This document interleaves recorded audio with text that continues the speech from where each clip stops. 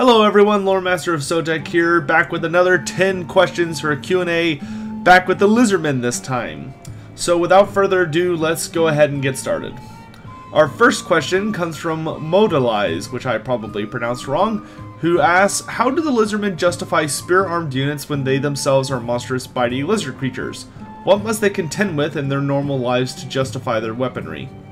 So the thing about Lizardman weaponry, the saurus in particular, is that their weaponry hasn't really advanced in the last 8 to 9,000 years. The Lizardmen still primarily use the weapons that they used during the primordial eras of the Warhammer world when the old ones created them. The skinks and Kroaksaurs have really obvious weaponry in that it fits their motifs well. The Kroaksaurs, of course, hauling around gigantic clubs and axes that augment their prodigious strength to just absolutely devastate whatever they're up against. And the skinks use very nimble, swift weaponry that always has a range function. So that kind of leaves the saurus and the temple guard. Most saurus weaponry comes in two categories. There's the short-range close combat weapons, or what we in tabletop call hand weapons, which are of course clubs, axes, things of that nature, which are used for pure close combat. And then there are the spears, which are primarily seem to be what you're asking about. So the thing about spear saurus is you have to remember in the primordial ages of the world is when the saurus were created. So after the old ones altered the orbit of the planet to bring it closer to the sun and warm it up, the saurus were sent out to wipe out all of the undesirable races. And most of the races from the world that was lived in this terrible abyssal realm of ice with a tiny little band of survivable land around the equator. And so most of them were monstrous. Like the two most famous races from that time period, of course, were the dragon ogre shaggots and the dragons, or rather the race of dragon ogres. And the Lizardmen, or the saurus in particular, were basically sent out to just wipe everybody out that the old ones deemed as unworthy of being in their great plan, or at least not having a part in it. And the saurus were extremely successful in that they marched out and almost wiped everybody out. And so they kind of needed a diverse series of weapons, being close combat weapons of the more, hand weapon variety, being clubs and axes, and then of course spears to take on larger foes like monstrous creatures and, horse-sized creatures. And they marched out against these legions, and all of the weaponry the Lizardmen now have was basically perfected back then against those types of enemies. And that's why you see them as they currently exist.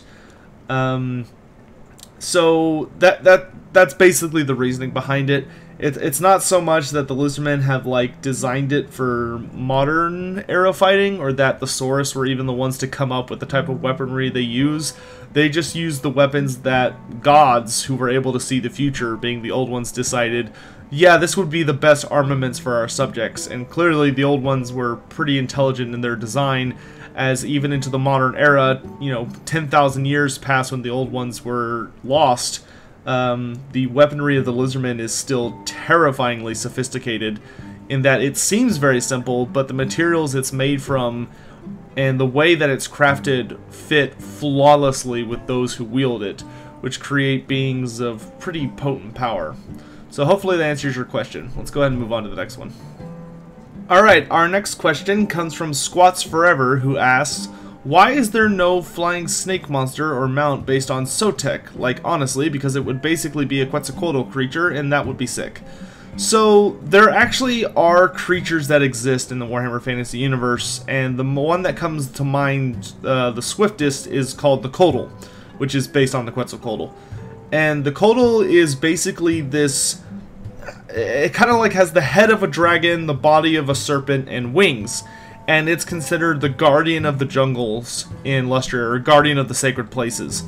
And it is basically this terrifying creature that has the ability to use the winds of magic to alter the very jungle around it.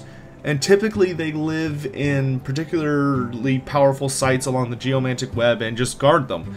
And use their magic to either direct people who would wander into them into nearby swamps, so that they just go away, or when it comes to battle, they'll summon the wrath of the forest, or the jungle rather, by, you know, stirring up swarms of poisonous creatures, or making roots come bursting out of the ground to envelop you and drag you below the mud, or summon storms and other things like that, and they're terrifyingly powerful creatures.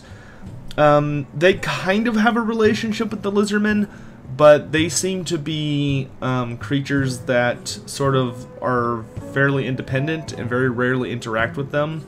There is some old lizardman artwork from, I think, 5th or 6th edition that shows a skink riding one, a skink priest, and certainly there is some ancient tales in the lizardmen books that talk about when the Koatl's came to the aid of the lizardmen, or vice versa. So they do exist, they're just not part of the lizardman roster. You know, they're exceptionally rare creatures, they tend to be very independent, and the lizardmen view them as like rare representations of certain old ones as opposed to just animals. And they're very intelligent. So, at the end of the day, GW just kind of decided not to make them part of the roster, but they definitely do have a history and a story within Lustria. And the Koatl's have been in the Lizardman books since at least 6th edition, at least a minor mention of them. So they do exist, they're just not part of the playable or acknowledged part of the Lizardman society or war parties or roster. So hopefully that answers your question. Let's keep paddling on. Our third question comes from Twolf88, who asks, can you explain how Lord Kroak is still alive and able to communicate with the other lizardmen / Slann? I can't really find much in depth about the whole process on such a seemingly powerful character. So, Lord Kroak is this fairly nebulous figure in the Warhammer Fantasy universe in that he died in the middle to late stages of the Great Cataclysm, which was the multi-hundred-year war against Chaos. And when Kroak died, or his body died, it was ripped apart, but his spirit refused to give in to death. And he, of course, unleashed a cataclysmic super spell that basically ushered a second sun onto the world and burned all the demons out of existence.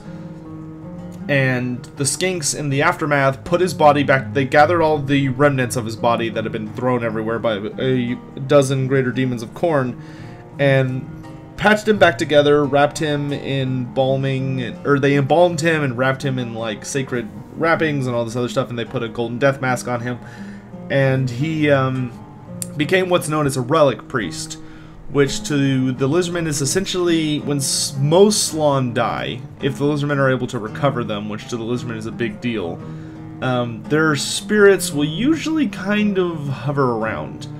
But there's a miscommunication or a misunderstanding about Kroak, and that Kroak cannot actually communicate with the lizardmen or the Slann. He's not able to like speak to them or give them warnings or anything else like that. He's more of an observer to what's going on, in that his spirit is indeed hovering near his body, and he observes events going on in the world and may try to influence them, but he can't actually talk to anybody. He can't like warn the Slann of anything he's seen or give the lizardmen direct orders. The only way he's actually able to interact with the living is that his spirit kind of gives off reverberations of the final spell he ever cast, which is called the Deliverance of Itza, which is basically like this nuclear bomb of light that just destroys anybody that's too close. That's not friendly to Kroak. And what he can do is that Kroak can take his spirit and temporarily possess a willing skink priest or Slann, and use them as a center from which to unleash his spell, or of course he can do it from his own body. Kroak was incredibly powerful, the most powerful mage in the Warhammer Fantasy universe, period. And in death he's still pretty terrifying, but he's not undead in the sense that he's not like Nagash, where even from beyond death Nagash is still able to sort of communicate with his servants, like Archon the Black. Kroak is basically on another plane of existence, and he's able to see and witness, but he can't actually influence much. There are, of course, times where he seems to defy this. For instance, in the end times, Kroak, at the very, very end of the destruction of Lustria, went from being, like, randomly ended up sitting on top of a mountaintop by himself with no explanation of how he got there, and his body actually moved, and he unleashed some super spells to do some stuff to save parts of the world. But Kroak is kind of a mysterious figure because there's very little explanation about exactly how he achieves much of what he does, and while there are other relic priests in existence, it's not known whether their power is similar to him, like they're able to also cast magic from beyond the grave and their spirits hover around their body, or if that was something that only Kroak was capable of doing. Each of the first generation Slann, of which I believe there were 5, which were the first Slann ever made, Kroak, of course, being the first ever, and then he had 4 people who were spawned at roughly the same time as him. Each of their deaths was like a cataclysmic event that unleashed so much terrifying magic that it left permanent residue on the earth. That being said, so the basic answer to your question is Kroak's power is a little bit nebulous because Games Workshop doesn't strictly define it. That being said, he very, very rarely interacts with the living world unless it's like the end of the world because of prophecy or some nonsense. But other than that, he occasionally will like possess an individual to do a very, very minor thing like cast a spell, but he's not able to actually direct the lizardmen or give orders or communicate or give warnings anymore. So hopefully that answers your question. Let's go ahead and keep moving. Alright, our next question comes from HeshKadesh, which says, the sacred spawnings are something from Lizardmen of 6th edition. While they technically still have a thing in the fluff, there is less mechanics discussion. Can you explain more about the sacred spawnings, and if they were to be included, in what manner do you think they would be included, and what possible gameplay mechanics could those sacred spawnings be interpreted as? Okay, so for those who don't know, sacred spawnings are... So, all lizardmen are formed from spawning pools. They just pop up as full regiments, usually destined for the same purpose, and they'll like march out fully formed and go do their job. However, every once in a while, a very special spawning occurs. And these sacred spawnings are lizardmen who are spawned with a more focused purpose, or perhaps they're designed to deal with a particular event. And many of them, lizardmen, when you look at their heads, the part that fans out, like their forehead almost, is called their crest. And usually their crest, and then following their spine all the way down to the tip of their tail, they will have a unique coloring. So like, you'll have a lizardman or a saurus who's all blue, but then his crest and his spine all the way down to his tail will be red or purple or orange. And these, to the lizardmen, represent that they are spawnings of a particular old one who have a divine purpose or are more powerful than their brethren. And so what this was in 6th edition was that you could upgrade certain characters or certain units with a spawning, and it would give them an additional ability. So for instance, you could choose to, instead of just having a unit of Saurus warriors, you could have a Saurus warriors who were the sacred spawning of Sotek, which meant that they had more attacks.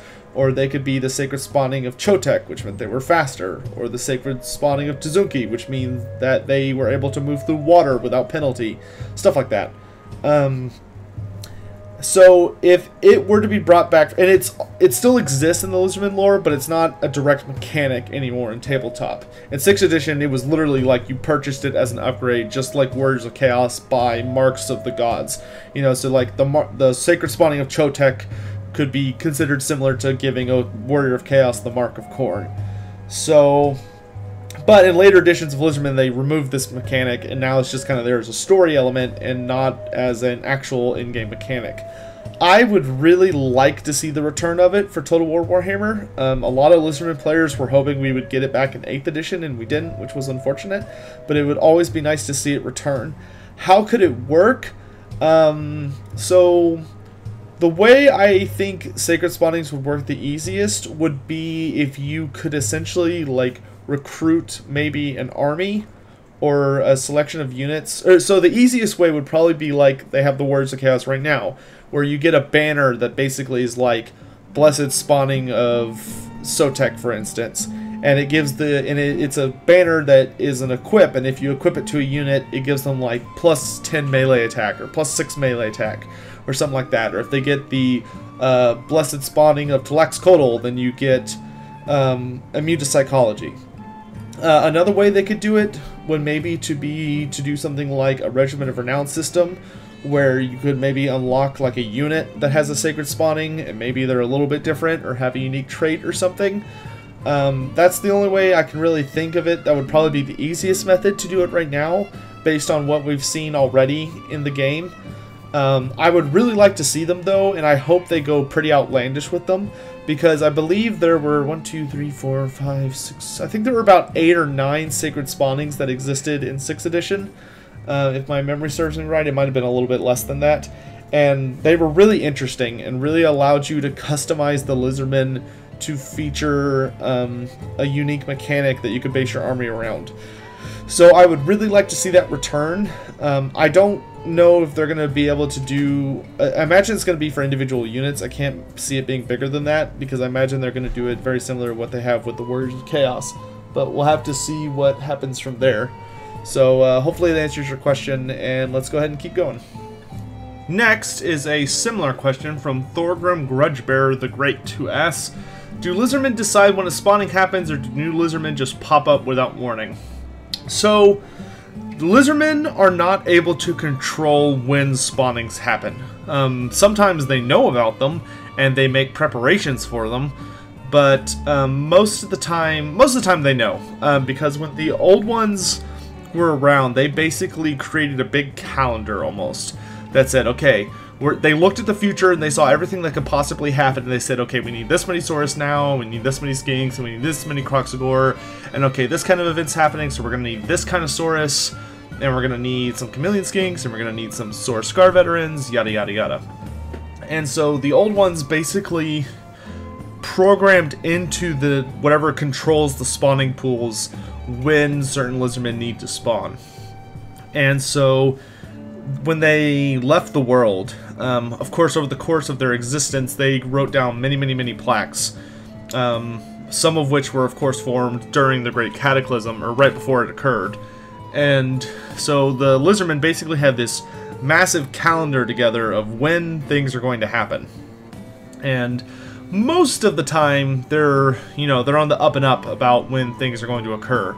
So, they'll look at their plaque and say, okay, it's the 23rd cycle of the, this particular constellation, and these particular stars are in the right ascensions, so we know that tomorrow, 600 saurus are going to spawn in Hexadal, so let's be ready for them with arms and armor and whatever else they need. And so they make all their preparations, saurus come out, boom, and then they go off to their duties assigned to them by the skink priest and the Slann, based on what the plaques warn the lizardmen they need to be ready for. However, there are many instances in which the lizardmen are not prepared. For instance, many of the particularly interesting spawnings, like when Gorok was spawned, the lizardmen are completely blindsided sometimes when like a single individual comes out of a spawning pool, and they're all white, which marks great favor. That's like the highest accolade a lizardman can be spawned with, is being pure white. So like when Gorok, who's known as the Great White Lizard, was spawned, the lizardmen were like, oh shit, this is a big deal. Or there have been times that, like when Oxiodal returned to the Lustria from the Realm of Chaos, he made this great exodus down from the Realm of Chaos after his temple city got teleported there and everybody died. He walked all the way back. And when he arrived in Lustria, suddenly chameleon skinks started spawning everywhere, and the spawning pools of Pahawks, which were believed to have been ruined, started pumping out people again. And the lizardmen were like, well, shit! And they had no preparation for this, and were really surprised by it. So, it just depends. The lizardmen are not, especially the Slann, wish they knew everything, but of course the more years that have passed since the Great Cataclysm, typically the more things have gone awry, and the more things that keep happening that they are either not ready for, or just catches them a little bit off guard. So basically, no, they don't decide when it happens, but it's not always a surprise. It just depends. There's so many factors that go into it. Obviously, there are things like when Sotek was coming into the world, where his arrival corresponded with a great many spawning of red-crested skinks, the greatest among their number being Tenenhuan, who ended up being his prophet. Whether that was Sotek actually exuding his influence on the spawning pools, or whether that was something the Old Ones planned for, just like, because they wrote the Plaque of Chakwa, which talked about Sotek's coming and the, the spawning of the red-crested skinks, and it talked about the coming of the Skaven and all sorts of other stuff, so it's likely the Old Ones planned for that. But whether or not Sotek has now taken over, and because now we have saurus and skinks who bear his red crest, so whether that was part of the plan from the beginning, or whether Sotek has kind of hijacked the system, and now the emotions or the belief of the lizardmen is somewhat able to influence the spawning pool, it's hard to say. But the lizardmen kind of have the, I don't want to call it Deus Ex Machina, but they kind of have the plot point of their lizardmen will always spawn when they're greatly in their greatest need. The Old Ones have almost always prepared. Sometimes they drop the ball, but 99% of the time the Old Ones are ready to go, and like saurus will spawn with particular not mutations, but additions like thicker armor or a harder intellect, in that they're more immune to fear, terror, or they're swifter, whatever, usually in right before something occurs where they're needed. So like you'll literally have stuff like some event is about to occur where the lizardmen are about to face off against an opponent who really uses the water, like deep waters, to their effectiveness. And so right before that happens, a bunch of skinks and kroxigor spawn, and there's a great spawning of saurus of Tzunki, who are aquatic and able to like breathe underwater and move through it without any problems. And so the lizardmen are prepared for that battle. So that's kind of what makes the lizardmen so terrifying in many ways, is that they're almost able to produce warriors perfectly designed for the upcoming conflict, assuming the Old Ones knew about it, which most of the time they seemed pretty good at predicting. So hopefully that answers your question, and let's go ahead and keep moving. Alright, our sixth question comes from Chubbyninja Ninja-Brony. There's an interesting name, who asks, how strong and of what quality are the average weapons by the lizardmen? So lizardmen weapons are actually of a much higher quality than most people would expect, because they're forged from a unique material known as opsonite. So this material is unique only to Lustria and is kind of similar to a glossy jet black stone, but it's harder than steel and it's completely immune to rust. No matter what its conditions or how long it's left out, especially in the humid jungles of Lustria, it will never rust. And then on top of that, the lizardmen tend to adorn it with gold and other soft materials that they ascribe glyphs on, sometimes things of power. And then they add like fangs of jungle creatures or jade or other things that are very spiky that allow it to really punch through armor. But essentially, lizardmen weaponry, although crude looking, almost archaic looking in a sense, is some of the most sophisticated in the world in how well designed it is for its just efficient brutality. The lizardmen were really given the tools at the dawn of creation, as far as the Old Ones are concerned, to have been able to keep up with all of the races in the world for 10,000 years. Where the lizardmen don't, have steel or gromrel or ithelmer, some of the advanced metals of the other races. They don't need it because their raw materials are so terrifyingly effective that they're just absolutely brutal. And of course, these materials tend to be fairly heavy and require immense skill, but you have skink artisans, and the thing about these skinks is that they are spawned with the innate knowledge from the Old Ones and from the spawning pools of how to work this material from the moment they step out. So that lizardmen don't have this issue of having to train up master smiths or, you know, people gaining experience in order to be good at something. They're born fully capable and ready to perform whatever task they're designed for. So, like, there is no master smith among the lizardmen. You know, there's no Daith like there is for the Wood Elves, and there's no Vol, or, you know, Vol's mortal form. And so it's this thing where the lizardmen are just perfectly designed to do everything that they need to do for their empire, and part of that is crafting weapons. So they have amazing materials that are very difficult to work with, but when all of your smiths are of the same skill level, which is very, very high from the moment they're born, essentially, and, you know, they live, you know, skinks tend to live on average for about 100 years, you have some very, very effective smiths who can put out tons of weapons and other sorts of things like that without, you know, slowing down. That really allows the lizardman armies to be one of the best armored legions in the world when they really choose to go to war and just unleash everything they have. So hopefully that answers your question as far as average weapons are concerned. The lizardmen are very, very high on that scale. When it comes to average weapons, they have one of the best in the world. So hopefully that answers that. Let's move on to the next one. Next up is a question from, you can see it in the description, but I have no idea how to pronounce this because it's Korean, so forgive me. But the question is, do lizardmen get their beasts of war, like stegadons, terrordactyls, carnosaurs, troglodons, cold ones, etc., from breeding and raising them? And the answer is, technically, the lizardmen don't breed them very often. What the lizardmen tend to do is that skinks will go out into the jungle looking for the various creatures that they need, whether it be stegadons or pterodons or whatever, and they tend to find them as eggs or as infants, and they steal them. And it's a very, very dangerous job.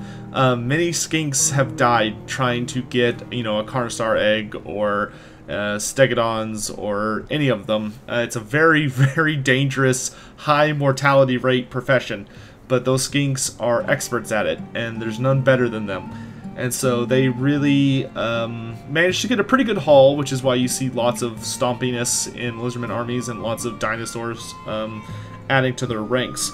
But they don't breed them, they more of just sort of go out in nature and find them as they need them. And then once they collect them, whether it be, you know, a brood of infant carnosaurs, or, you know, a collection of pterodon eggs, or maybe, you know, some salamanders or whatever, they bring them back to the temple cities, and then the skink beast tamers, or whatever you want to call them, start to raise them and train them in the arts of war to get them used to, you know, having a rider, and used to following commands, and used to, like, you know, some of them having arcane weaponry strapped to them, which, you know, radiates power, or, like, shoots giant laser beams and stuff like that. And the lizardmen, or at least the skinks, are very good at coming up with creative ways to armor and weaponize their dinosaurs. You know, with pterodons being able to carry giant rocks and drop them on people. The skinks are very observant, and they notice, like, the pterodons did that anyway, to crack open the eggs of larger dinosaurs and then eat the inside. So the skinks are like, well, what if we just trained our pterodons to do what they do naturally, but instead of dropping rocks on eggs, we drop their rocks on enemy soldiers and just crack their skulls open or bury them. And they're very similar in ways like, for instance, the ripperdactyls are, of course, not a cousin, but similar to the pterodons, except for they're like flying piranhas. They're very similar to piranhas in that they're very terrifying, dangerous, bloodthirsty creatures, but they fly, which is even worse. And the skinks found out that often ripperdactyl nests will be attacked and devoured by these things called bloat toads, which are these big fat frogs. They're not huge, but, you know, they're decent sized for a frog. And so what the skinks did is they realized that the stench of these bloat toads makes the ripperdactyls go into a rage, because they associate them with their eggs being stolen and eaten. So the ripperdactyls are very protective of their nests. And so what the skinks do is, when the ripperdactyls are used as mounts for skink riders to go to war, a scout or skirmisher will take a bloat toad and literally plant it among the enemy troops, like slip it into somebody's bag, or, you know, just put it somewhere on them or mark them with the scent. So when the ripperdactyls get close to that particular enemy unit that the lizardmen know in advance has been marked, the ripperdactyls smell the bloat-toad scent and they go apeshit and just tear into them with horrifying frenzy, and the results are truly devastating. Even like the hardiest of Chaos Warriors get obliterated by a pissed off ripperdactyl. So yeah, the skinks are all about who are the beast tamers. Saurus don't bother with that. The skinks are all about finding eggs or infants, bringing them in, and then training them from birth up to the war beasts that we associate in the lizardmen armies. And of course, for cold ones and carnosaurs, they raise them and teach them commands and wait until a rider is spawned who's capable of mounting them. Being the sacred spawnings of Itzel, or at least blessed to an extent by Itzel, you can actually tell a Saurus Cold One rider apart from regular Saurus because he has an extra set of dew claws that hook into the hide of the Cold One without hurting it, because Cold Ones have really thick hides, but it hooks into it. So, you know, Cold One riders tend not to actually worry. They don't use like stirrups, and very few of them actually bother with saddles. Like, they really don't need them. Like, if they have them, it's almost more of an accent thing than actually necessary, because they've got an extra set of claws that literally just hooks into the Cold One. It's like they were meant to ride them. And of course, the lizardmen who are able to ride carnosaurs are very, very special individuals indeed. You know, they tend to have a very strong affinity for monsters. Salamanders and razordons, on the other hand, tend to be just angry dinosaurs that skinks know that if they're agitated enough, they have a defensive response in that salamanders vomit a type of bile that ignites into fire when it makes contact with the air, and razordons, of course, shoot giant quill barbs. And so the skinks literally just poke them with sticks or prodders until they get pissed off enough, and then try and make sure they fire in the correct direction. But sometimes it doesn't always work out. The salamander may get angry and just eat the skink, or maybe a skink gets in the way and gets, you know, immolated or impaled by barbs. And then when it comes to stegadons and stuff, stegadons, they're beasts like that tend to be very temperamental, and they're very, like, angry. And so the skinks, you know, kind of are very stern with them and teach them how to carry howdahs and direct them from up there and just sort of let them rampage across the enemy ranks while throwing crap from the howdah and operating large war machines. But as the stegadons get older and their temperament cools down, the skinks trust them with more powerful and not quite as sturdy devices like the giant blowpipes on the ancient stegadons, and those beasts are much more protective of their riders and kind of associate them as family. And so skinks will often have a very strong bond, especially with their stegadons. And if you have a stegadon that can carry an engine of the gods, then you know you're working with a really old son of a gun who is very, very docile, except for when it comes to war, in which case he has no problem plowing your face off, but he takes orders well. And then, of course, that leaves the troglodon, who... The troglodons are very, very angry, not nice, dangerous, poisonous dinosaurs, rather. And the only ones who can tame and ride them are skink oracles, who are a very recent spawning that are twin-tailed skinks that are born solely for the sake of controlling these monsters and riding them. So that's the only case in which you'll see them. I think that's all of them, so hopefully that answers your question, and let's go ahead and move on to the next one. Let's see, the next question is from Alkono Dival, who asks, I know the lizardmen will never alter the spawning pools, but could they modify the spawning pools to get better / different saurus or skinks, or even a new kind of lizardmen?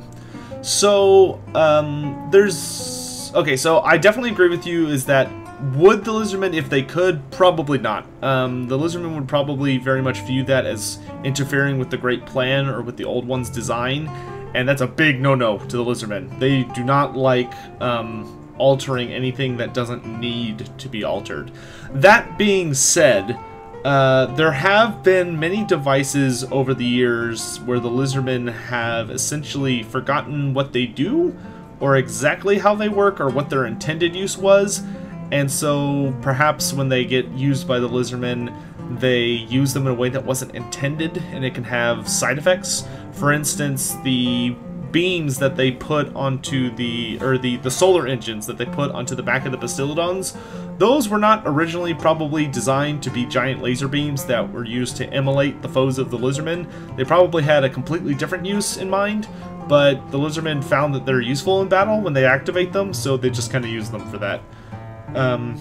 So that being said, could the lizardmen alter the spawning pools? Maybe. The spawning pools are probably one of, if not the most complex device the lizardmen have in their arsenal, in that it's this nebulous pool that somehow, seemingly from nothing, is able to unleash fully grown, mature adults who have all of the knowledge they ever need for their job in their head and are perfectly trained in it and are completely fully formed and ready to go the moment they step into the fresh air. So it's kind of a shrug on that.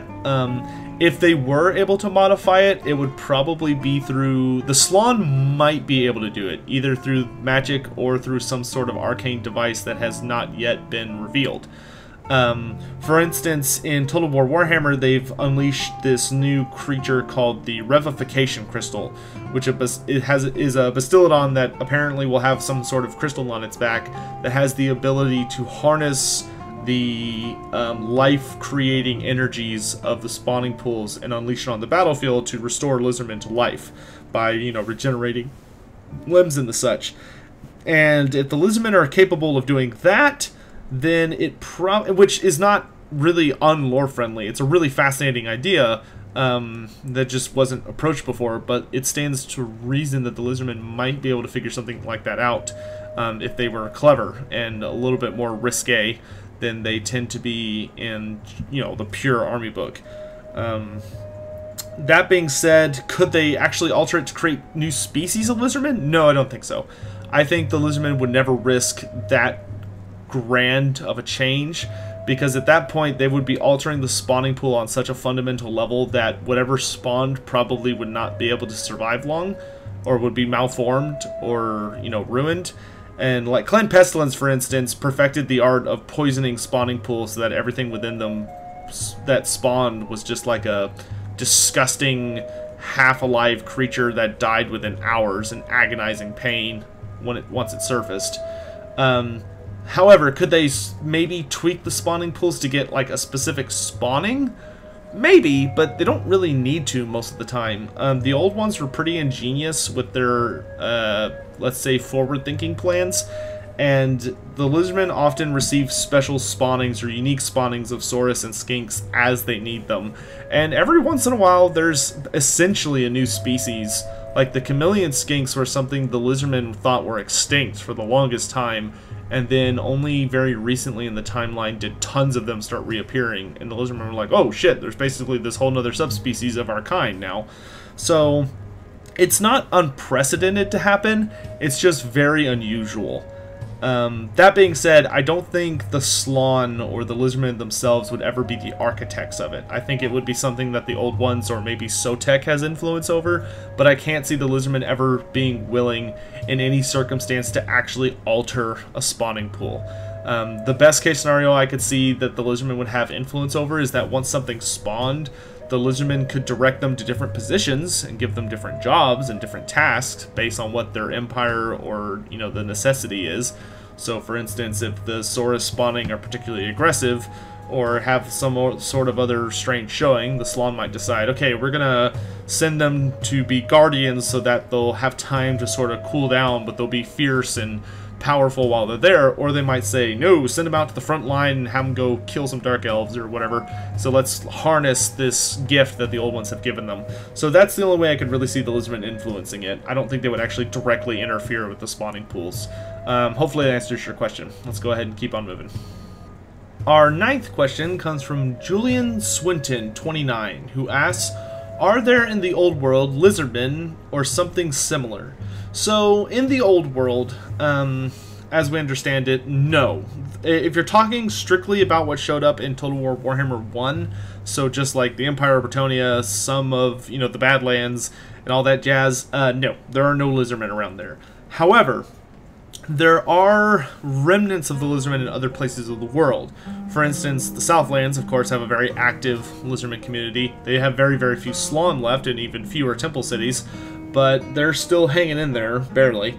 Albion had a lizardman army and temple city there, but that was retconned out of existence in 8th edition, which is of course the most modern edition. There are still remnants of the lizardman population there, maybe some feral creatures and dinosaurs, but no active civilization. However, the most interesting example of leftover lizardmen are on a series of islands pretty far east of the old world that are called the Dragon Isles. And on this series, and before anyone asks, yes, there are 2 sets of Dragon Isles. There's one in the Western Hemisphere and there's one in the Eastern Hemisphere. The one in the Eastern Hemisphere is a series of islands where there actually are legitimate lizardmen. However, there are no more Slann. All the Slann that were in that part of the world were wiped out during the Great Cataclysm or sometime immediately afterwards. And these lizardmen, without the direction of the Slann, have completely and utterly degenerated down to their animalistic instincts. So if you were to go to these islands, you would basically be walking into Jurassic Park, with the exception of the lizardmen, or with the exception of some of the lizards would only be like 8 feet tall and bipedal, but, you know, they're completely animalistic, ferocious, they don't think, you know, they're not intelligent like the lizardmen, they don't wield weapons most likely, they're just terrifying animals everywhere. And it's probably one of the most dangerous places in the world because it's just infested with these horrible creatures that have degenerated into just absolute monsters. They're not chaos warped in any way. They've just, without the direction of the Slann and without the great plan influencing their existence, they've just sort of fallen apart in every conceivable way until the only thing left of them are horrifying, gigantic reptile people that will eat anyone who dares come to their island. Not because they actively want to, that's just all they know at this point. So they're kind of like an inferior species almost. But anywhere else the lizardmen would exist in the world, either they've been wiped out over the years, or the Slann have been lost, and all that's left are animalistic creatures that bear some striking resemblance to the lizardmen. But the only actual lizardmen, as we understand the civilization, are in Lustria or the Southlands, and that's it. So hopefully that answers your question. Let's move on to the final question. Today's final question is from Tyrion Lamperouge, who asked, any chance of seeing Dread Saurian or Thunder Lizard in the campaign map as a mechanic? I'm assuming you mean for Total War Warhammer 2. I really doubt it as far as campaign mechanics are concerned. I think there's a pretty good chance we'll see like an event. So maybe like one of your city, so like if you're playing Total War Warhammer 1, you know, you might get like black powder explosion, temporarily destroys one of your cities and you have to rebuild everything. You might get something like that, but it's like a Thunder Lizard Rampage or something like that. I don't think you'll see them as a campaign mechanic, and I don't think you'll see them as a playable unit, ever, honestly. But as something that maybe like wrecks one of your cities or gives you like a temporary buff, or maybe you get like a decision tree, so like the Beastmen have a event right now where you find a Jabber Scythe and you can either attack it or leave it alone, and if you attack it, your recruits, I think you get like less growth, but your troops get like +3 experience to when you recruit them. So maybe it's something like that. In that case, yeah, I think you might see them. Thunder Lizards are a pretty famous creature that has showed up in basically every edition of the Lizardman Army book. They usually just get a little paragraph about some crazy nonsense that they've done. I think my particular favorite story was that there was one who ended up destroying an entire temple city because of how massive they are. But he was in a battle with a sea monster, and their battle basically was on a warpath straight for a temple city, and normally the Slann are able to influence the mind of the Thunder Lizards to convince them to go around, but unfortunately, because it was locked in battle, it was too like frenzied for the Slann to be able to control it, and he ended up just plowing straight into the temple city and killed tons of lizardmen. I think this temple city was basically wiped out and all the Slann were killed before the two creatures like kept going, because it was like the Thunder Lizard versus some titanic sea creature. The Dread Saurians are a much newer invention, of course, being a Forge World creation. And I think being the largest model in tabletop fantasy. I know there are larger models, I think, in 40k, and certainly from Games Workshop, the Smog model being Titanic. But I think the Dread Saurian is the largest model you can get in fantasy. It's so big. It's so big. And is, of course, one of the most terrifying monsters in the game if someone actually is dumb enough to let you bring one into a battle.